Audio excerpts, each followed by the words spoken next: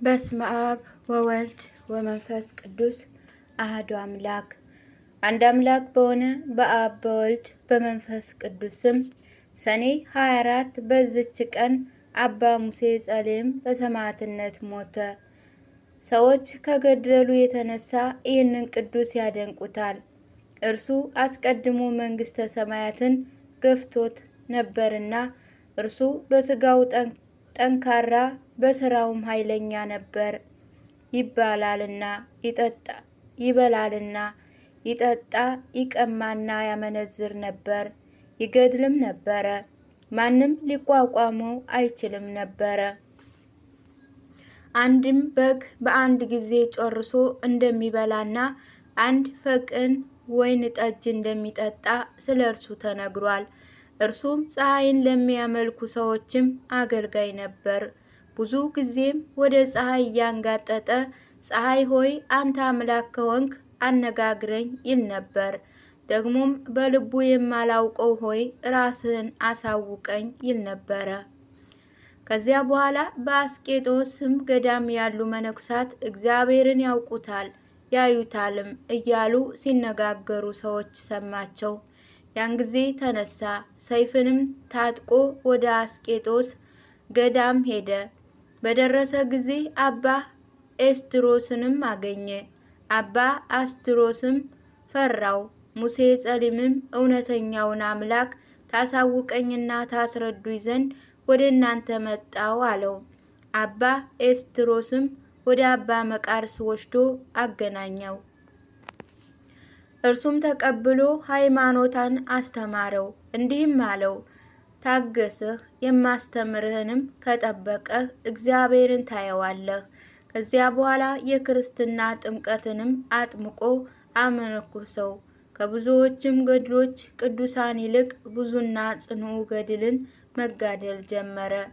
ሰይጣንም ቀድሞ ሲሰራው በነበረ በመብሉና በመጠጡ በዝሙቱ ይዋጋው ነበር። እርሱም በራሱ ላይ የሚደርስበትን ሁሉ ለአባ ኤስድሮስ ይነግረው ነበር። እርሱም አጽናንቶ ሊሰራው የሚገባውንም ያስተምረው ነበር።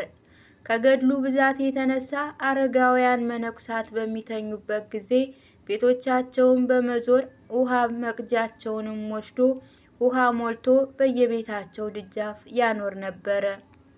ውሃው ከእርሱ ሩቅ ነበርና እንዲህም እያደረገ በመጋደል ለብዙ ዘመናት ኖረ። ሰይጣንም በእርሱ ቀንቶ በእግሩ ውስጥ አስጨናቂ የሆነ ዓመታትን መታው። ተኝቶም እየተጨነቀ ብዙ ቀን ታመመ። ከዚያ በኋላ የመታውና የሚፈታተነው ሰይጣን እንደሆነ አውቆ ስጋው በእሳት ተለብልቦ እንደደረቀ እንጨት እስኪሆን ድረስ ተጋድሎውንና አገልግሎቱን አበዛ። እግዚአብሔርም ትዕግስቱን አይቶ ከደዌ ፈወሰው። የሰይጣንንም ጦር ከእርሱ አራቀለት። የመንፈስ ቅዱስንም ጸጋ አደረበት። ወደ እርሱም 500 ወንድሞች መነኩሳት ተሰበሰቡ። በእርሱም ላይ አበምኔት ሆነ። ከዚያ በኋላ ቅስና ሊሾሙት መረጡት። በቤተ መቅደስም በሊቀ ጳጳሳቱ ዘንድ ባቆሙት ጊዜ ሊቀ ጳጳሳቱንም አልፈቀዱም ነበረ። አረጋውያኑም ይህንን ጠቋራ ለምን አመጣችሁት? ከዚህም አውጡት አሏቸው። እርሱም መልክህ የከፋ ጠቋራ ሆይ መልካም አደረገሁህ በማለት ራሱን እየገሰጸ ወጣ።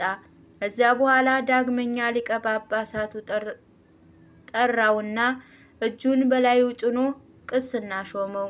እንዲህም አለው፣ ሙሴ ሆይ እነሆ በውስጥም በውጭም ሁለመናህን ነጭ ሆነ።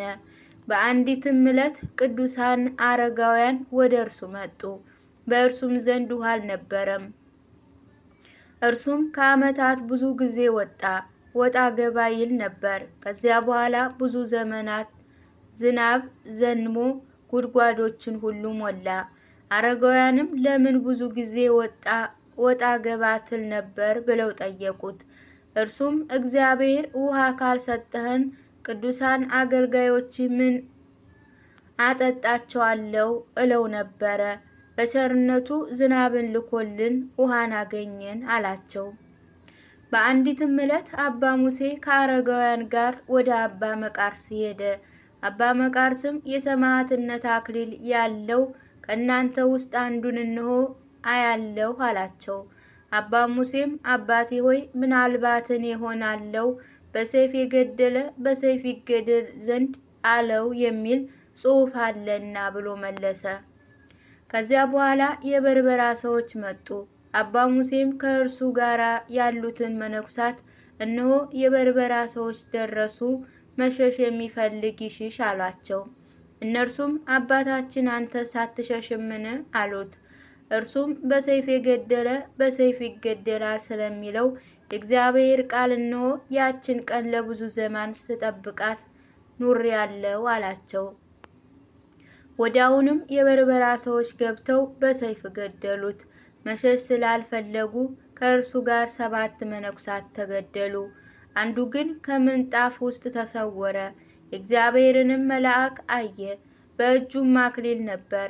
እርሱም ቆሞ ይጠብቅ ነበር። ይህንንም ባየ ጊዜ ከተሰወረበት ወጣ።